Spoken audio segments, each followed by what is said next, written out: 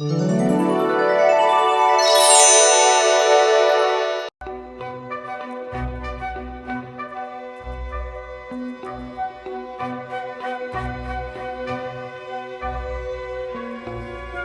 प्रदेश के आदिवासी बाहुल्य मंडला जिले में एक स्मार्ट आंगनबाड़ी केंद्र शुरू किया गया है। यह आंगनबाड़ी केंद्र आम आंगनबाड़ी केंद्रों से बिल्कुल अलग है। दरअसल मध्य प्रदेश के मुख्यमंत्री शिवराज सिंह चौहान के द्वारा आंगनबाड़ियों को अडॉप्ट आंगनबाड़ी अभियान योजना के तहत अपग्रेड किया गया है। इसी के तहत मंडला के राजीव कॉलोनी के आंगनबाड़ी केंद्र को प्री एजुकेशन सेंटर के रूप में विकसित किया गया, जिसमें बच्चों की रुचि के मुताबिक playing zone, reading zone, smart LED और अन्य आधुनिक सुविधाएं मौजूद कराई गई हैं। बच्चों की पसंद को देखते हुए वॉल पेंटिंग करवाई गई है। यहाँ आकर्षक खिलौने भी रखे गए हैं। ये आंगनबाड़ी केंद्र स्मार्ट तो है ही, इसके साथ ही इसे प्री प्राइमरी स्कूल के रूप में भी तैयार किया गया है, ताकि जब वो किसी भी प्राइमरी स्कूल में एडमिशन लें तो किसी से भी पीछे ना रहें। यहाँ बच्चे टैबलेट और स्मार्ट टीवी के जरिए अक्षर ज्ञान सीखेंगे। इसके लिए आंगनबाड़ी केंद्र की कार्यकर्ताओं को भी खास तौर पर ट्रेनिंग दी जा रही है। आंगनबाड़ी केंद्र में जो जरूरी सुविधाएं होनी चाहिए, उन सभी चीजों का यहाँ खास ख्याल रखा गया है। इस आंगनबाड़ी केंद्र का उद्देश्य है कि बच्चे टेक्नोलॉजी का इस्तेमाल करने में झिझके नहीं, ताकि जब वो प्राइमरी स्कूल में प्रवेश लें या जिंदगी में आगे बढ़ें तो उनकी नींव उतनी ही मजबूत रहे जितनी प्राइवेट स्कूल के बच्चों की होती है। प्रधानमंत्री नरेंद्र मोदी की महत्वाकांक्षी बुलेट ट्रेन परियोजना को लेकर अब एक बड़ी खुशखबरी सामने आई है। केंद्रीय रेल मंत्री अश्विनी वैष्णव ने बुलेट ट्रेन को लेकर अब एक बड़ी खबर दी है। रेल मंत्री ने सोमवार को कहा कि मुझे विश्वास है कि साल 2026 तक देश की पहली बुलेट ट्रेन दौड़ने लगेगी। दरअसल रेलवे मंत्री अश्विनी वैष्णव सोमवार को Mumbai Ahmedabad bullet train project का जायजा लेने सूरत पहुंचे थे और तभी उन्होंने ये जवाब दिया। उन्होंने कहा कि जिस तेजी से काम चल रहा है, ऐसे में मुझे उम्मीद है कि 2026 में सूरत और बिलीमोरा के बीच देश की पहली बुलेट ट्रेन चलने लगेगी। प्रोजेक्ट में काम कर रहे मजदूरों को संबोधित करते हुए रेल मंत्री ने कहा कि हाई स्पीड रेलवे का काम सबको मिलकर तय समय पर पूरा करना है। उन्होंने बताया कि इस बुलेट ट्रेन प्रोजेक्ट के लिए जरूरी लैंड के 90% से ज्यादा का अधिग्रहण कर लिया गया है। बुलेट ट्रेन का काम बहुत अच्छे तेजी से चल रहा है। करीब 60 किलोमीटर के आसपास पिलर्स कास्ट हो गए हैं। इस प्रोजेक्ट में अभी 1 लाख लोगों को रोजगार मिला है, जिसमें हमारे कामगार भाई भी हैं, मजदूर भाई भी हैं, वेल्डर्स हैं, टेक्नीशियंस हैं, डिज़ाइनर्स हैं, इंजीनियर्स हैं, सब के सब सेफ्टी वाले हैं।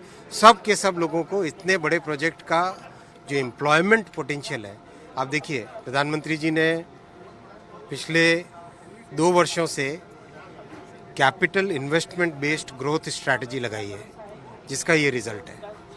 इतना मैसिव एम्प्लॉयमेंट जो इससे जनरेट हो रहा है कैपिटल इन्वेस्टमेंट से, वो इसका एक बहुत बड़ा एग्जाम्पल। अहमदाबाद से मुंबई के बीच हाई स्पीड बुलेट ट्रेन बनने के बाद 508 किलोमीटर की यात्रा को 2 घंटे 58 मिनट में पूरा कर लिया जाएगा। फिलहाल इसे पूरा करने में 6 घंटे से ज्यादा का समय लगता है। आपको बता दें, अश्विनी वैष्णव ने सूरत के भाटिया टोल प्लाजा के पास Mumbai Ahmedabad high speed rail corridor segmental casting yard का निरीक्षण किया है। उन्होंने बताया कि भारत में बनी हुई मशीन 100 फुट लंबे गार्टर बनाए जा रहे हैं। उन्होंने ये भी बताया कि देश में पहली बार इस तरह की कंस्ट्रक्शन टेक्नोलॉजी का इस्तेमाल किया जा रहा है। रेल मंत्री ने कहा कि पहले गार्टर बनाने की मशीनें चीन और जापान से आती थी, लेकिन अब सूरत और चेन्नई में ही इन मशीनों को बनाया जा रहा है। यूं ही कश्मीर को धरती का स्वर्ग नहीं कहा जाता। कश्मीर अपनी बेशुमार खूबसूरती की वजह से धरती की जन्नत कहलाती है।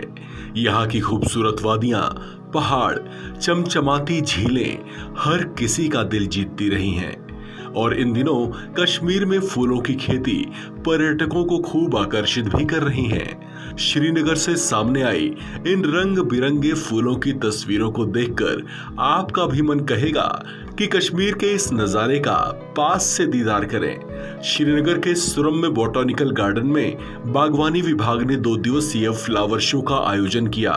इस फ्लावर शो में तमाम तरह के फूल देखकर पर्यटक मंत्रमुग्ध हो गए। बहुत ज़्यादा अट्रैक्ट करते हैं, इसकी खूबसूरती देखते ही बनती है और इसको देखने के बाद रहा नहीं जाता कि एक बार उसको अंदर से महसूस ना किया जाए, जाके करीब से देखा ना जाए करके।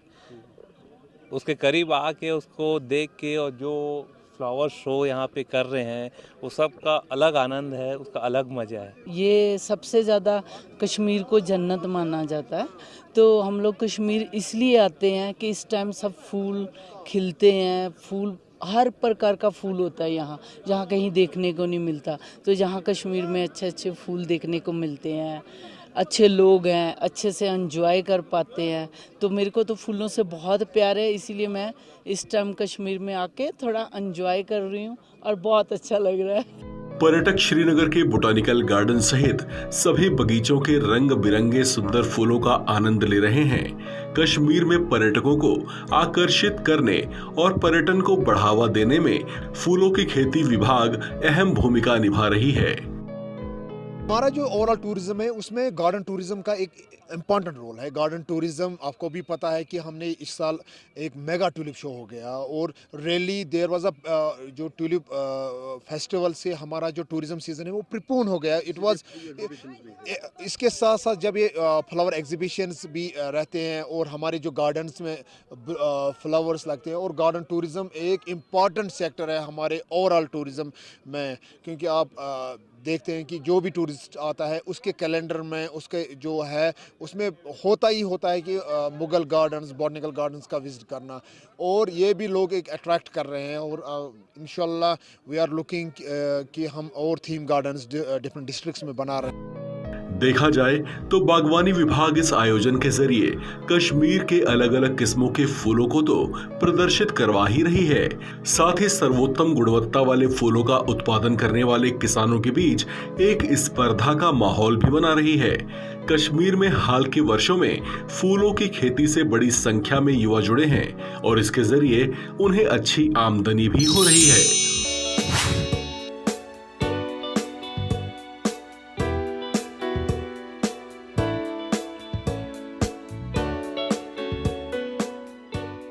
एक 160 फीट की ऊंचाई से वादियों का दीदार और साथ में खाने से सजी थाली, हवा में खाने का स्वाद ही अलग आएगा।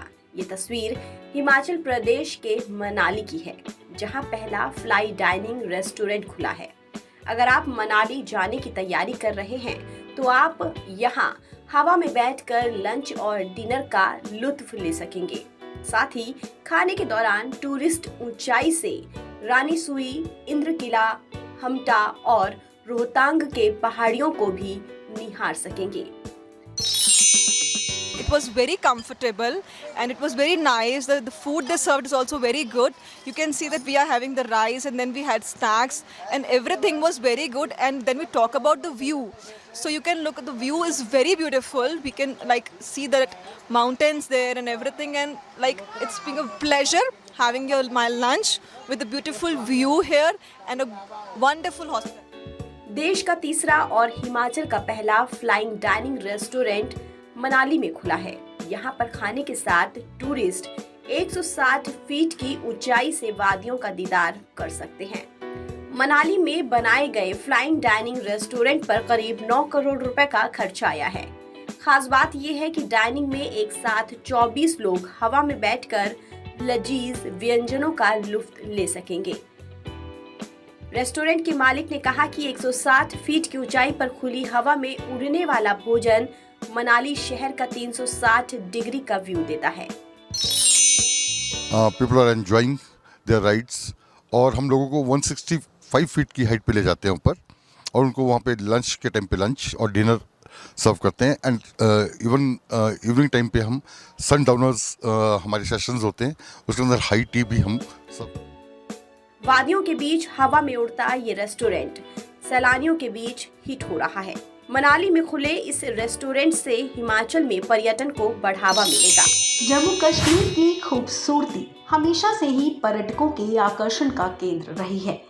लेकिन अब यहाँ एक नई व्यवस्था के तहत पर्यटकों को तमाम तरह की सुविधाएं मुहैया कराई जा रही हैं। इनमें पर्यटकों को होम स्टे की सुविधा मिल रही है। इसके लिए 75 गांवों का चयन किया गया है। आपको बता दें, जम्मू कश्मीर में पर्यटन विकास की दिशा में ये एक महत्वपूर्ण कदम है। इसी कड़ी में अब श्रीनगर के डल झील क्षेत्र में पहली बार पर्यटकों को कचरी मोहल्ला में होम स्टे की पेशकश की गई। पर्यटकों का एक ग्रुप जब कचरी मोहल्ला पहुंचा तो हार पहनाकर उनका स्वागत किया गया। अभी तक पर्यटक छुट्टियों का लुत्फ उठाने के लिए डल झील के होटलों या फिर हाउस बोट में ठहरा करते थे, लेकिन अब पर्यटक गांवों के बीच रहने का आनंद उठा पाएंगे। इसके अलावा गांव की संस्कृति से भी रूबरू होंगे। कचरी मोहल्ला के होम स्टे में आने वाले पर्यटक काफी खुश हैं। उनका कहना है कि यहाँ आने से हमें कश्मीर की संस्कृति और सौंदर्य का अनुभव करने का मौका मिला है। मेरे दोस्तों के साथ आज यहाँ कचरी मोहल्ला में हम यहाँ रहने के लिए आए हैं। तो टूरिस्ट जब कहीं जाता है, रहने को होटल में रहता है, तो थोड़ा ऐश आराम और उनको सही मायने में उस ज़मीन की बातें मालूम नहीं पड़ती है। बल्कि जब हम गांव में गांव वालों के साथ रहते हैं तो वहाँ का कल्चर, उनकी रहन सहन, उनसे बातें करके जो एक आनंद मिलता है। आज का एक्सपीरियंस बहुत अच्छा लगा। जब से यहाँ आए, गांव के पूरे गांव ने हमारा स्वागत किया, तो ये स्वागत हमको इतना अच्छा लगा जैसे हम मेहमान बन के कोई किसी के घर आए, ऐसा हमको लग रहा है। और यहाँ के लोग बहुत अच्छे हैं, तो हम भी ऐसे ही चाहते हैं कि हम लोगों के घरों में जाके रहे। होम स्टे टूरिज्म ने ग्रामीणों को भी एक नई उम्मीद दी है। इससे पर्यटकों को तमाम तरह की सुविधाएं तो मिलेंगी, साथ ही रोजगार के नए दरवाजे भी खुलेंगे। हम फायदा बेहद इनसे फायदा, नंबर 1 हमारे से इंसानियत साबित हो जाएंगी। हमारे में कितनी इंसानियत है, टूरिस्टों के साथ उठना बैठना। दूसरी, हमारी जो इक्तिसादी जो हर लिहाज से गुर्बत है उसका अजाला हो जाएगा। हम बेहद हुकूमत का शुक्रगुजार। जम्मू कश्मीर में मिशन यूथ के पर्यटक गांव विकास कार्यक्रम के तहत 75 गांवों को विकसित किया जा रहा है। इसका उद्देश्य प्राकृतिक सुंदरता, साहसिक इलाके, कला और संस्कृति, इतिहास और पुरातत्व के महत्व को नए सिरे से दुनिया के सामने लाना है। पर्यटन विभाग का कहना है कि वैसे तो पहले से ही यहाँ पर्यटकों की भारी भीड़ जुटती है, लेकिन इस नई योजना से इसमें और भी गति आएगी। तेलंगाना की राजधानी हैदराबाद के सैफाबाद मिंट कंपाउंड में लकड़ी का पुल में सिक्कों के संग्रहालय का उद्घाटन किया गया। इसमें मुद्रा नोटों, सिक्कों के संग्रह, सिक्कों को बनाने के लिए इस्तेमाल किए जाने वाले पुराने उपकरण और काउंटर वेट जैसी अन्य सामग्रियां प्रदर्शित की गई हैं। सैफाबाद सिक्का संग्रहालय का उद्घाटन security printing and meeting corporation of India limited की अध्यक्ष और प्रबंध निदेशक तृप्ति पात्रा घोष ने किया है। उनके साथ अन्य सरकारी अधिकारी और मुद्रा शास्त्र के प्रति उत्साही लोग भी मौजूद रहे। संग्रहालय भारत की स्वतंत्रता की 75वीं वर्षगांठ के मौके पर स्थापित किया गया है, जिसे केंद्र के आजादी का अमृत महोत्सव बैनर के तले मनाया जा रहा है। This museum has been inaugurated on the occasion of 75 years Amrit Mahotsav, and new coin has been released by our beloved Prime Minister Shri Narendra Modi. And here in this museum we are showing all kinds of different types of coins, right from Nizam, gold coins, Ashrafis, commodity coins, as well as circulation coins. Apart from that, we have used latest technology of scanning of the barcode so that we can know on which year the coin has been printed, what composition, what is the diameter, what is the thickness. These are all the parameters we can readily available to see, and it is on par with the technology available in the US, Canada. So we are making this museum on par with the foreign technology, foreign countries, and in upcoming years it will be, we want to make this as a museum in Asia's #1 museum. सरकारी अधिकारियों का कहना है कि ये museum आम जनता के लिए 8 से 13 जून तक सुबह 9 बजे से शाम 5 बजे तक खुलेगा। यहाँ आम जनता फ्री में एंट्री कर सकती है। हैदराबाद में सिक्का संग्रहालय में मुगल, आसफ जाही यानी कि निजाम काल और ब्रिटिश भारतीय काल सहित विभिन्न अवधियों के ऐतिहासिक सिक्कों को देख सकते हैं। आपको बता दें, सैफाबाद टकसाल जो 1903 की है और सिक्कों, नोटों, टिकटों और अन्य इंजीनियरिंग सामान के उत्पादन में उत्कृष्ट है, डेक्कन विरासत के लिए एक गर्व का स्रोत है। 1903 में हैदराबाद के छठे निजाम मीर महबूब अली खान ने इस टकसाल का निर्माण करवाया था, जिसे यूरोपीय टकसालों के अनुरूप बनाया गया है। हैदराबाद भारत का एक मात्र मूल राज्य है जिसे मुद्रा प्रदान की गई थी। सैफाबाद टकसाल भारतीय इतिहास में एक विशिष्ट स्थान रखती है। ये सिक्कों की ढिलाई का भी केंद्र है। इस खबर में फिलहाल इतना ही। तमाम अपडेट्स के लिए आप बने रहें वन इंडिया हिंदी के साथ।